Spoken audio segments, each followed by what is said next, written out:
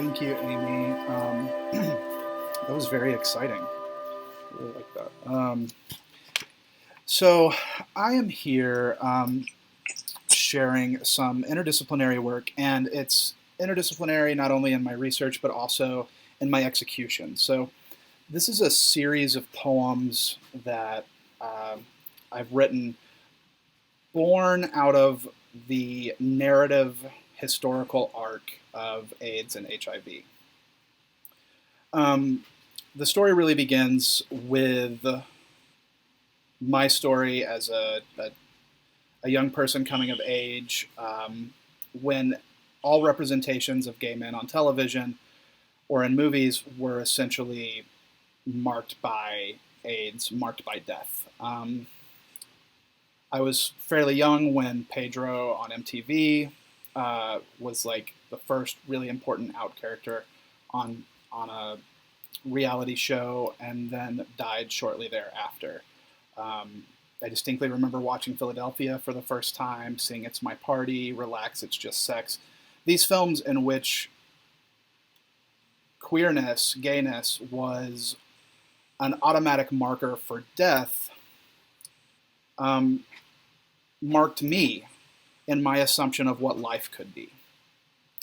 And Halberstam goes through great lengths to talk about this in A Queer Time and Place. He quotes Mark Doty, who talks about the horizon that's always diminishing, the poet Mark Doty. But it was in 2004, when I was early in my high school career, that I saw an article by Rolling Stone about bug chasers, gay men who purposely go out into the world and have unprotected anal sex in order to contract HIV. This was unfathomable to me. I couldn't understand this. I mean, granted, I was in high school, but my whole life I had been juggling my queerness with this impending death. And here I see an article in a glossy magazine about people actively seeking out this death.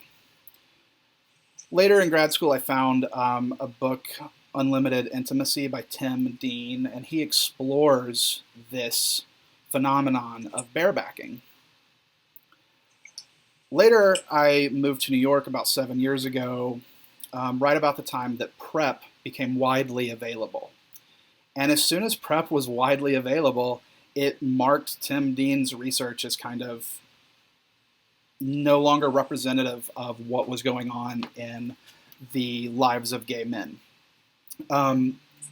Vice reported in 2017 that raw is the law, and that at this point it is assumed that people are having unprotected anal sex.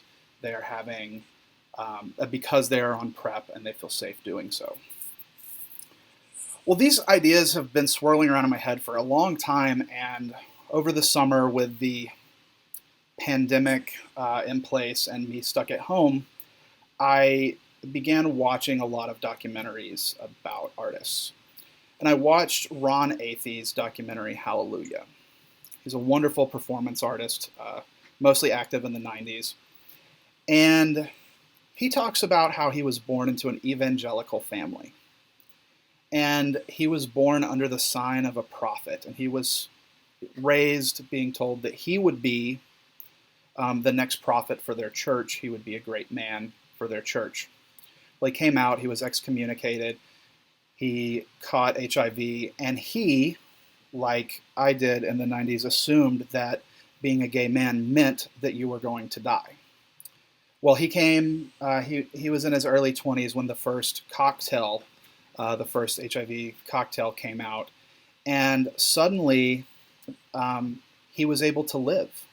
And in realizing that he was going to live when he had been performing and living his life as though he was going to die, his entire perspective had to shift. And it was a monumental moment for him that he was going to live. And I wondered how much this might translate to the comparisons people were trying to force about HIV and COVID. I don't really think that there is a good comparison to be made there, except in possibly the way it was handled administratively. But it did make me think about what it means to live when your peers are dying, what it means to survive. Recently, Matilda Bernstein Sagamore put out a call for submissions. It's a year ago now, but her call was called Between Certain Death and a Possible Future. And it looked at the arc between knowing that you were going to die if you got HIV and living carefree. What is this generation in between who still has the tingling, the feel of that fear, yet the younger generation is acting in a completely different way than how we were constructing ourselves and our sex lives. I found Susan Sontag's book, AIDS and Its Metaphors, and I started examining her metaphors, and they don't hold up anymore because, like Tim Dean's work, in light of PrEP, things have changed. The sexual landscape has changed. And so I started writing these poems as an extension of her work. I feel like Susan Sontag is always relevant, but I wanted to know what was next. So these poems are called AIDS After Its Metaphors, for now. So I'm going to read a couple of these, and then, a couple comments at the end. We have changed.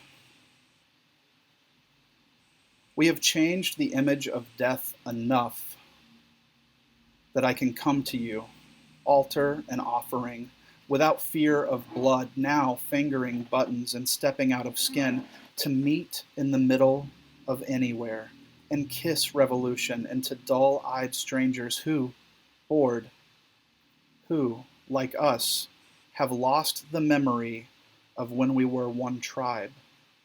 When David Wojnarowicz drove his best friend out to Long Island for illegal hope in a syringe full of his own shit because hope didn't need feathers. It needed a rough spot to cling to, like your rough trade palms or your nailless nails that fold my back like a contented cat. Or my teeth pulling away your blue collar to nuzzle, mouth to nape, and beard to beard like California brush. The subway advertisement tells us we will never catch fire.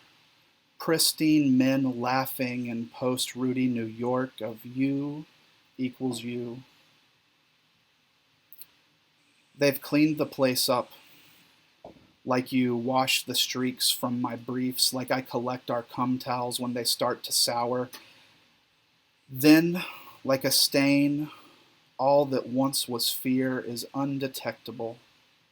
Positive change. Our kitchen remodeled so that I may swallow new lips and remember the depths of your kiss, so that I may lift new legs on the kitchen table, more naked than ever, eventful but partyless, pleased to be in this Big Apple and out of Philadelphia forever.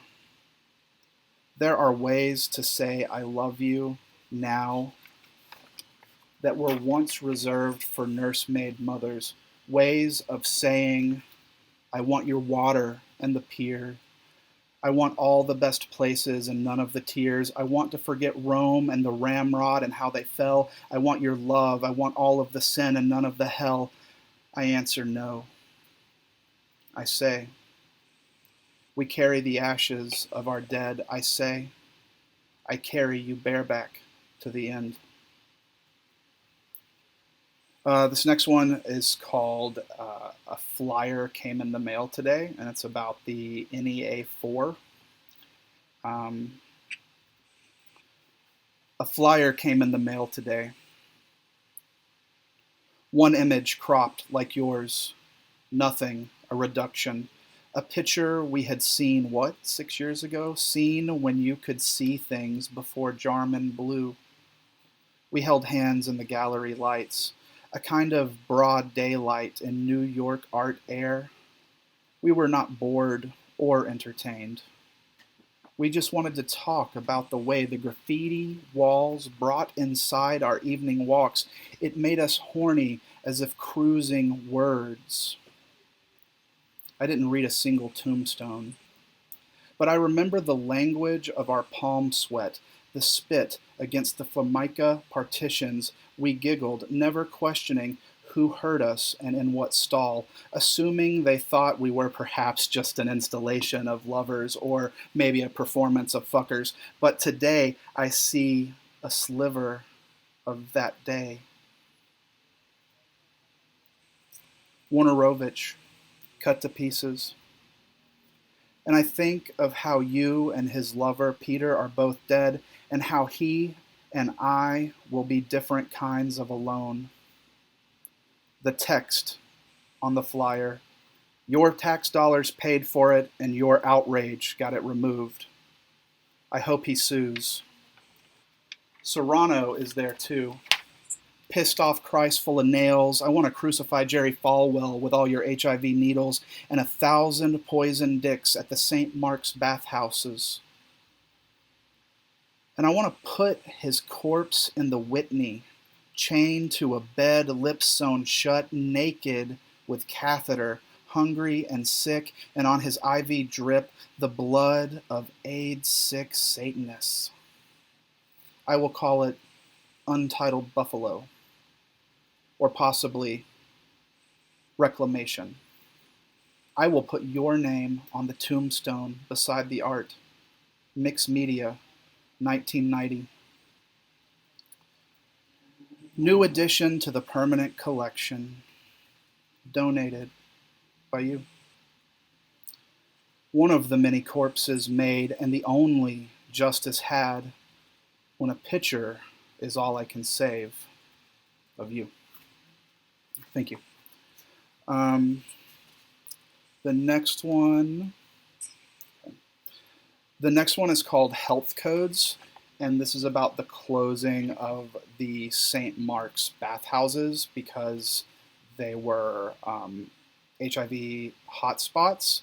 And there are a lot of academic discussions about the removal of queer spaces and what that does to identity. So this is born out of that discussion, some of this which is discussed by Tim Dean in Unlimited Intimacy. Health codes, the paper said, was the reason for closing, or rather hot spots, meccas for transmission, where we gathered in gaggles to catch our death in saunas or glory holes. Places can be haunted, I think. And I suppose if a city has a heartbeat, if a home can have a soul, then maybe a place can die, and in its death it can haunt others. But it's the kind of haunting that's like picking up the phone before realizing who you're calling is dead. That the last time you saw them, they looked healthy in the steam, and overheard them sighing in the red lights. Only I put on my shoes to go cruise, and there is nowhere to go except the rambles, lousy with cops, or the piers reinvigorated with coming soon signs for new shops. Even new life is death. I imagine what would happen if they had let us walk in those dark circles until we died. A heap of bodies mopped into the corner when the bucket guy came by. What if they built a bathhouse out of our bodies, stacked us up like handmade clay bricks, and then let our corpses fuck until we were just bones and got nothing? Ghosts in a ghost building. This is what I'm going to tell you the next time I visit your ashes on the Hudson River and piss off the pier like we did on our first date, drunk on each other, staggering down Christopher Street in the New York night, laughing and kissing until we hit the water and didn't unclasp from the other, until I took you for the flu to the emergency room and couldn't go back because even alive, they wouldn't let my ghost in the room. I think for time I'll stop there.